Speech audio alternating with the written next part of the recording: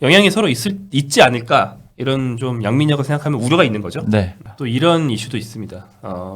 양민혁 개인만 잘하면 되는 게 아니고 네. 양민혁이 팀 내에서도 절대 평가가 아니고 상대 평가로도 친구들을 눌러야 된다. 2월 6일 목요일 전매축 첫 번째 메인입니다. 마티스 텔을 완전 영입하겠다는 의지를 공공연하게 밝히고 있는 NG 감독. 그렇다면 양민혁을 비롯한 포지션이 겹치는 선수들의 이들을 다음 시즌 쓰겠다는 말이랑 좀 안 맞는 것 같단 말이죠. 과연 양민혁을 불러들여서 얼마나 쓰겠다는 의지가 있는 걸까? 네. 좀 불안한 건 아닐까? 이런 우려가 좀 들어요. 그렇습니다. 이 점에 대해서 탐구해보는 시간 가져보겠습니다. 일단 토트넘이 리버풀과의 경기를 앞두고 있기 때문에 네. 경기 하루 전 기자회견을 NG 감독이 가졌고요. 네. 이 자리에서 당연히 이적 시장을 결산하는 질문들이 많이 나왔어요. 그렇죠. 네, 그러면서 여러 가지 얘기가 나왔는데 또한 이제 요한 랑 토트넘 단장, 테크니컬 디렉터 역시 기자회견을 했거든요. 네. 이 두 가지를 종합해서 얘기를 해보면 양민혁 선수를 비롯한 임대생들에 대해서 먼저 언급이 있었습니다. 이건 랑 디렉터가 얘기를 한 거죠. 네, 그렇습니다. 일단 란 단장 자체는 임대는 선수들의 발전에 굉장히 중요하다. 프리미어리그에 데뷔하는 모든 선수의 80% 이상이 임대를 거쳤다. 우리 구단 역사상 가장 중요한 선수 일부도 발전의 일환으로 임대를 다녀왔으니까 이런 임대 정책은 일반적인 거고 전혀 뭐 전력 외라서 보내고 뭐 그런 게 아니다라는 식으로 설명을 했습니다. 네, 맞습니다. 사실 정말 토트넘은 이런 말 할 때 설득력이 있어요. 왜냐면 이 팀의 역사상 가장 빅스타 중에 한 명인 네, 해리 케인이 그렇죠. 임대를 좀 많이 다니다가 20대 초반이 되어서야 10대부터 토트넘에서 뛴 게 아니고 네, 20대 초반이 되어서야 뛰기 시작했기 때문에 그렇죠. 사실 그래서 임대를 많이 다녔는데 임대 간 팀에서 진짜 씹어먹고 이런 건 아니었기 때문에 케인이 1군에 올라와서 뛰기 전까지만 해도 저도 잘 몰랐어요. 그냥 뭐 유명한 유명주는 아니었죠. 당시까지만 해도 쉽게 말해서 랭크셔 정도인지 아니면 큰 스타가 될 선수인지 구분이 안 됐단 말이에요. 네, 그렇죠. 그래서 와서 1군에서 하는 거 보고 그때 알았죠. 와, 대박이었구나. 네. 그래서 그런 사례가 있는 것처럼 임대를 많이 보내는 게 맞다라고 토트넘 측이 말하는 거는 설득력은 있긴 합니다. 그리고 그러면서 이제 임대 간 선수들 대표적으로 몇 명 세워내는 대로 한 3명을 불렀는데 네. 그중에 양이 있었어요. 네, 일단 읽어보니까 윌 랭크셔, 그리고 양민혁, 권타원드 선수들은 지금 팀을 떠나서 좋은 환경에서 많이 뛰는 게 중요한 시기다라고 이야기를 했습니다. 그러면서 여름에 돌아오면 프리시즌을 통해서 1군에서 경쟁할 준비가 되어 있을 것이다 라고 좀 프리시즌에 활용할 수도 있다 라는 식의 이야기를 했습니다. 사실 요 멘트는 무조건 활용하겠다 이런 말은 아니고 네. 그럴 준비가 되어 있길 바란다. 뭐 그러니까 이런 가서 성장해 오너라 약간 이런 느낌이네요. 그런 말이긴 해요. 하지만 이제 우리 입장에서는 양민혁 선수를 이렇게 거론이 됐다 보니까 네.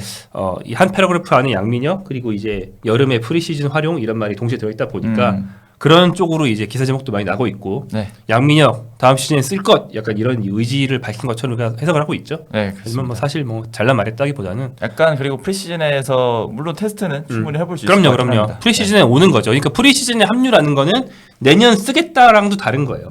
프리시즌에 와서 2차 오디션을 그때 보게 해주겠다. 사실 이런 말이죠. 네. 1차 오디션 임대 갔을 때의 성적, 2차 오디션은 프리시즌에서 진행하면서 감독이 직접 보고 관찰하는 그렇죠. 거. 그 두 개를 다 통과하면 다시 임대를 보내거나 2군으로 보내지 않고 너는 1군이 된다.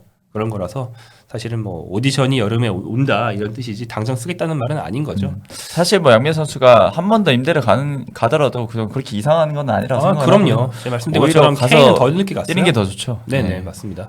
그리고 이제 이 담당자 임대 선수들을 많이 보내는 요즘 큰 클럽들은 그들을 담당하는 이제 스카우트나 이제 강화 부서에 그들을 담당하는 지원이나 아예 담당하는 부서도 있는 경우가 많습니다. 저분들이 제일 바쁠 것 같아요. 요즘 워낙 토트넘이 유망주들 많이 영입한 다음에 임대를 보내고 있기 때문에 토트넘의 담당자 이름은 앤디 스콜딩이라는 분인데 이분이 임대 간 선수들을 계속 좀 지켜보고 있다고 합니다. 랑 단장은 임대생들은 여기 있지 않더라도 우리 클럽의 일원이라는 느낌을 받아야 된다. 정기적으로 그들의 경기를 관찰을 해야 되고 시즌 한두 번 토트넘에 잠시 돌아와서 이야기를 듣는다. 이런 식으로 약간 시스템적인 부분을 설명을 했습니다. 네. 그래서 앞으로 몇 년 동안 선수 대부분에게 임대는 자연스러운 단계가 될 것이다라고 했거든요. 그 단장이 이렇게 말했다는 게 토트넘이 임대 정책을 예전에는 뭐 좀 주먹구구였다면 지금 더 가다듬어서 체계적으로 오히려 더 많이 보낼 수도 있다. 하지만 우리 팀은 앞으로 이렇게 할 것이다. 유망주를 이미 많이 긁어모으고 있으니까 당연히 그렇습니다. 보내야지. 약간 이런 투의 얘기죠. 당장 어제도 메이슨 멜리아라는 아일랜드 07년생 공격수를 영입을 했거든요. 이런 움직임을 봤을 때 토트넘이 이런 임대 보내는 방식도 좀 체계적으로 관리를 하는 게 굉장히 중요해 보입니다. 네. 이렇게 단장 얘기에서 랑 단장이 네. 양민혁을 거론해서 우리가 많이 주목을 했었는데 동시에 포스텍 감독 기자회견에서는 여름 이적 시장에 얼마나 만족하냐, 겨울 이적 시장에서 얼마나 만족하냐 이런 질문이 나왔거든요. 그렇습니다. 근데 그러면서 마티스 텔이 거론이 됐어요. 뭐 거론될 수밖에 없죠. 아무래도 임대 영입이긴 하지만 굉장히 큰 이적료에 완전 이적이 포함된 이적이어서 앞으로 좀 텔을 어떻게 쓸 건가요? 아니면 텔을 어떻게 설득했나요? 뭐 이런 식의 질문들이 굉장히 많이 주어졌습니다. 일단 포스테코글루 감독은 텔은 우리 시즌에 굉장히 중요한 파트가 될 것이라면서 좀 중요한 영입이었다고 이야기를 했고요. 그러면서 6개월 안에 토트넘 선수가 될 거라는 것을 보여줄 것이라면서 기대를 실었습니다. 또 6개월만 쓰려고 텔을 데려온 게 아니다라고 이야기를 한 만큼 좀 장기적인 계획을 우리가 가지고 텔 영입을 진행을 한 것이다라고 다시 한번 확인을 했습니다. 네. 여기서 그러니까 사실 포스텍 감독이 양민혁이랑 텔을 이거 당연한 얘기긴 해요. 네. 뭐 기분 나쁠 필요는 없는데 다르게 본다라는 거를 이제 명시한 거예요. 저희 이제 현지에서 네. 취재하고 있는 한국인 기자 이건 기자가 그 본인 소셜 미디어 같은데 올려준 영상을 보니까 네. 현지 기자가 그렇게 질문했더라고요. 포스텍 감독 당신 바로 지난번 요 며칠 전 최근 인터뷰에서 네. 더 이상 1군에 이제 10대 유망주 쓰고 싶지 않다. 그래가지고 뭐 아치그레이랑 루카스 베리발 정도면 마이키 모하면 충분하니까 10대 유망주는 1군에 쓰고 싶지 않다. 그렇게 말을 하면서 네. 양민혁을 임대 보내지 않았느냐. 근데 마티스텔은 왜 샀냐. 마티스텔이 한 살 차이란 말이죠. 네. 네, 양민혁보다 겨우 한 살 많아요. 이 그렇죠. 선수 어리거든요. 이거 뭐 안 맞는 거 아니냐? 약간 이런 류의 뉘앙스의 질문이었어요. 네. 포스텍 감독이 딱 듣자마자 한번 실소를 하더라고요. 풋 웃더니 뭐 K리그를 무시하는 건 아닌데 양민혁은 뛰는 수준이 K리그에서 여기로 엄청나게 점프했다. 근데 반면에 마티스텔은 이미 분데스리가에서 한 시즌 반을 뛰어온 선수다. 네. 사실 한 시즌 반도 아닙니다. 2시즌 반이에요. 거의 2시즌 반이죠. 네, 뭐 포스텍 감독이 오히려 짧게 말한 거죠. 그러면서 여기서도 다시 한번 텔은 유망주가 아니고 즉시 전력감이다 라는 거를 강조한 거죠. 그러니까 네. 뭐 나이를 떠나서 자기는 나이를 이렇게 중요하게 보지 않는다라는 말도 했어요. 사실 지난번에 한 말이랑 좀 부딪히긴 하지만 네. 아무튼 포스텍 감독이 말을 잘하다 보니까 이번 말도 그 말만 놓고 보면은 다 말은 일리는 있었습니다. 그렇죠. 아기는 맞았어요. 그 나이는 중요하지 않고 이제 이 선수가 얼마나 이제 준비가 됐고 경쟁력이 있냐를 보는 것인데 네. 양민혁은 아직 좀 적응하고 성장해야 되는 것이고 텔은 즉시 전력감 아니냐 약간 이런 뉘앙스로 그런 취지로 얘기를 했거든요. 이런 거 보면 텔이 굉장히 어린 시절부터 좀 성인 무대에서 활약을 한 케이스긴 하네요. 네, 벌써 바이른 이제 19살인데 바이른에서 벌써 2시즌 반을 뛰었고 또 지난 시즌은 또 7골 5도움 정도 기록을 했으니까 그래도 네, 리그에서만. 네, 리그에서만. 그런 거 봤을 때는 뭐 일단은 일반적으로 뭐 해외에서 텔의 그 가능성을 굉장히 높게 보는 거는 그냥 뭐 일리가 있는 얘기인 것 같습니다. 그럼요. 예. 그러니까 뭐 우리가 이정도를 봐도 알 수 있듯이 네. 단순한 뭐 앞으로 성장하겠지 이게 아니고 그냥 바이언에서 보여준 것보다 더 성장하겠지가 아니고 바이언에서 보여준 기복은 있으니까 그 고점에 해당하는 경기들만 연속으로 보여줘도 네. 토트넘에서는 뭐 주전으로 쓸 수 있다 이 정도의 생각이라고 뭐 이해할 수 있는 것이죠. 근데 사실 두 선수의 포지션이 뭐 큰 틀에서는 좀 겹칩니다. 양민혁이 오른쪽을 약간 선호하는 듯한 모습이 있긴 네. 하지만 이 선수 역시 좌우 측면을 모두 뛰면서 기본적으로는 측면에서 주로 뛰고 그 다음에 뭐 측면에서 뭐 야기자기하게 만들거나 네. 멀리 벌려서 뛰는 것보다는 득점이 특기인 선수고요. 그다음에 텔은 이제 왼쪽 민체 전방이라서 양민혁이랑 반만 겹쳐요. 완전 겹치진 않지만 네. 득점이 특기인 윙어인 건 마찬가지예요. 네. 텔은 왼쪽에서 중앙으로 들어가면서 골을 넣는 그렇죠. 뭐 호날두, 손흥민 이런 류의 플레이가 전문인 선수거든요. 네. 그래서 약간 역할도 겹치고 포지션도 약간 겹친다. 영향이 서로 있지 않을까 이런 좀 양민혁을 생각하면 우려가 있는 거죠. 네. 또 뭐 반대로 생각했을 땐 또 그래도 완전히 좀 겹치지 않는다라는 점이 그래도 양민혁 선수가 앞으로 뭐 향후에 토트넘 좀 길게 뛸 때 테리 또 자리를 잡았을 거를 감안을 하면 그래도 뭐 공존할 수 있는 여지는 있다라고 좀 생각을 하는데 차이점에 주목하시는군요. 네, 차이점에. 네. 그리고 지금 일단 양민혁 선수 QPR 가서도 2경기 연속 오른쪽에서 뛰고 있거든요. 그래서 계속 이런 식으로 오른쪽에서 고정적으로 뛴다면 뭐 스스로도 물론 오른쪽에 뛰는 오른발잡이 윙어들은 다 왼쪽으로 뛸 수 있지만 스스로도 좀 오른쪽 자리에 점점 좀 편하지 않을까라는 좀 생각이 또 들기도 하고요. 네. 그리고 태 같은 경우에는 포스텔코글루 감독의 말을 들어봤을 때 확실히 좀 9번으로도 생각을 많이 하고 있는 것 같습니다. 9번으로 기여할 수 있다 확실히 뭐 이렇게 얘기를 했거든요. 그러면서 와이드로도 뛸 수 있다 이렇게 얘기를 하는 거 봤을 때 앞으로 좀 스트라이커 자리도 실험을 해볼 것 같고 일단은 왼쪽은 손흥민 선수가 또 버티고 있기 때문에 옵타에서도 텔이 당장 왼쪽으로 나오기는 어렵다. 네, 그럴 경우 텔을 다른 위치에서 실험을 좀 해봐야 된다라는 걸 내놨는데 그 자리가 스트라이커 자리였거든요.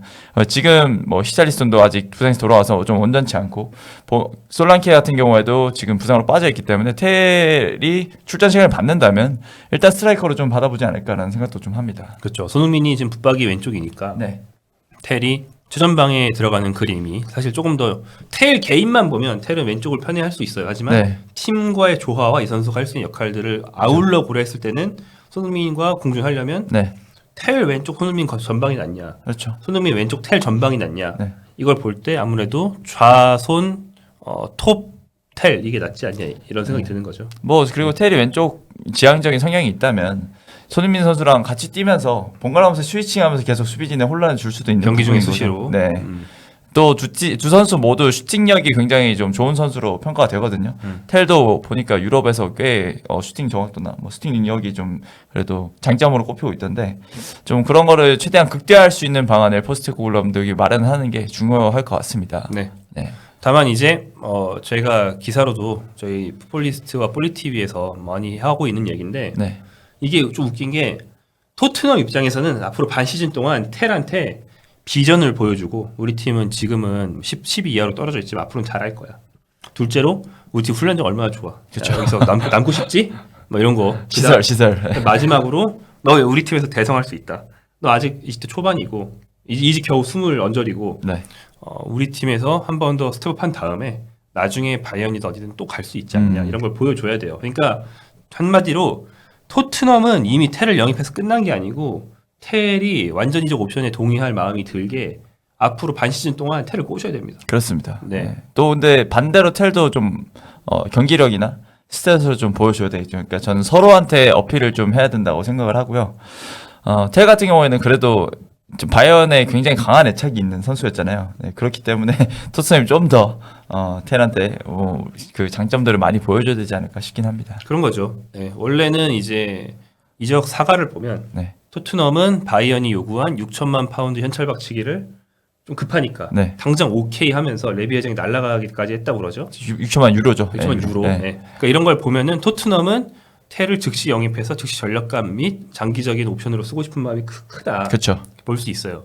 근데 바이언도 팔면 좋죠. 네. 뭐 아무튼 뭐 텔이 잠재력이 많이 남았긴 하지만 큰 돈 받고 팔면 그거 괜찮지. 네. 뭐 팀에서 지금 못 뛰고 있으니까. 그렇죠.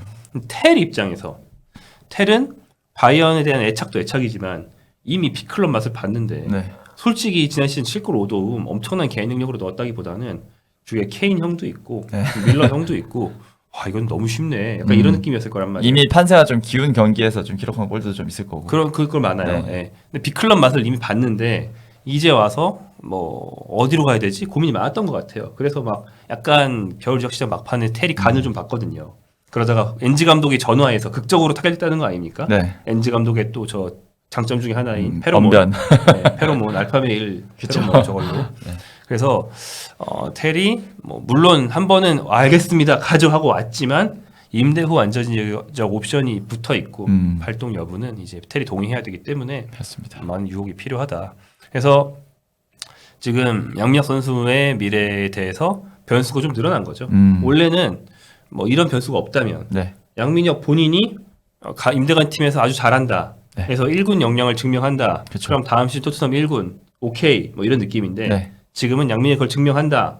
근데 텔은 이제 토트넘에 남아 안 남아 이런 임대 관련된 변수가 더 있어서 이 두 개가 맞물려 있다는 거죠. 네, 그렇습니다. 원래 우리가 손흥민 선수의 후계자로 양민혁 선수를 계속 생각을 하고 있었는데 지금 토트넘이 갑자기 뭐 한 두세 시즌 이후에 손흥민 후계자로 생각하는 또 테를 영입을 했기 때문에 상황이 굉장히 좀 바뀌었다고 볼 수 있고요. 그래도 양민혁 선수가 굉장히 잘 성장을 해서 뭐 테가 공전을 하든지 아니면 테를 밀어내든지 네, 그런 대성하는 모습 보여줬으면 좋겠습니다. 또 이런 이슈도 있습니다. 양민혁 개인만 잘하면 되는 게 아니고 네, 양민혁이 팀 내에서도 절대 평가가 아니고 상대 평가로도 친구들을 눌러야 된다. 이게 무슨 말이냐면 유망주를 진짜 뭐 팀이 더블 스쿼드를 쓴다 하면 네. 4-3-3 쓰는 팀 공격수가 6명이잖아요. 그렇죠, 그 중에 막 4명, 5명을 유망주로 채울 수 없잖아요. 그렇죠. 이미 기존 선수들이 나갈 것도 아닌데 네, 한 두세 자리란 말이에요. 근데 마이키 무어가 지금 팀 내에서 좀 앞서 있죠. 네, 그리고 양민혁이랑 랭크셔가 동시에 임대를 나갔어요. 네, 높은 확률로 둘 중에 한 명만 다음 시즌 1군에 자리가 있을 가능성이 높다고 봅니다. 텔이 있을 경우에 특히 더 그렇죠. 네. 예. 그러니까 양민혁은 랭크셔와도 간접적으로 누가 임대해서 더 잘했나 경쟁을 하는 그런 상황인 거예요. 좀 복잡한 거죠. 네. 네. 굉장히 좀 어려운 관문들이 많이 남아 있는 것 같은데, 네. 그래도 일단은 연속으로 경기를 뛰는 거는 긍정적이니까 네. 계속 경험치 먹고 네, 좋은 모습 보여주길 바라겠습니다. 제일 중요한 건 양민혁이 영국 현지에 잘 적응하고 있다는 거임. 이게 네. 제일 중요하죠. 그렇죠. 네. 교체로 투입이 2경기 됐고 2경기 되면서 출장 시간이 좀 늘었고 네. 그리고 QPR 임대가 결정되자마자 거의 결정되자마자 바로 실전 투입이 됐고 그렇죠. 훈련도 거의 안 했을 네. 텐데.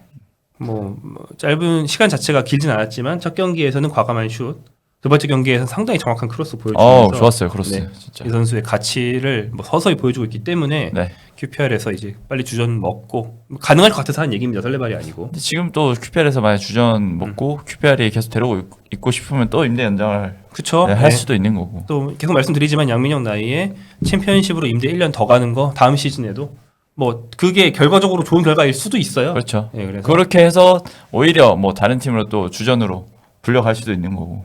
네, 여러 시나리오들이 가능합니다. 네. 일단 잘하는 게 중요하겠죠. 그렇죠. 예, 결론은 양민혁은 이미 어떤 시나리오든 이겨낼 수 있을 가능성을 보여주면서 네. 첫 단추를 잘 깼기 때문에 일단 양민혁 본인이 잘하기를 좀 기대하고 또 응원해 보겠습니다. 네.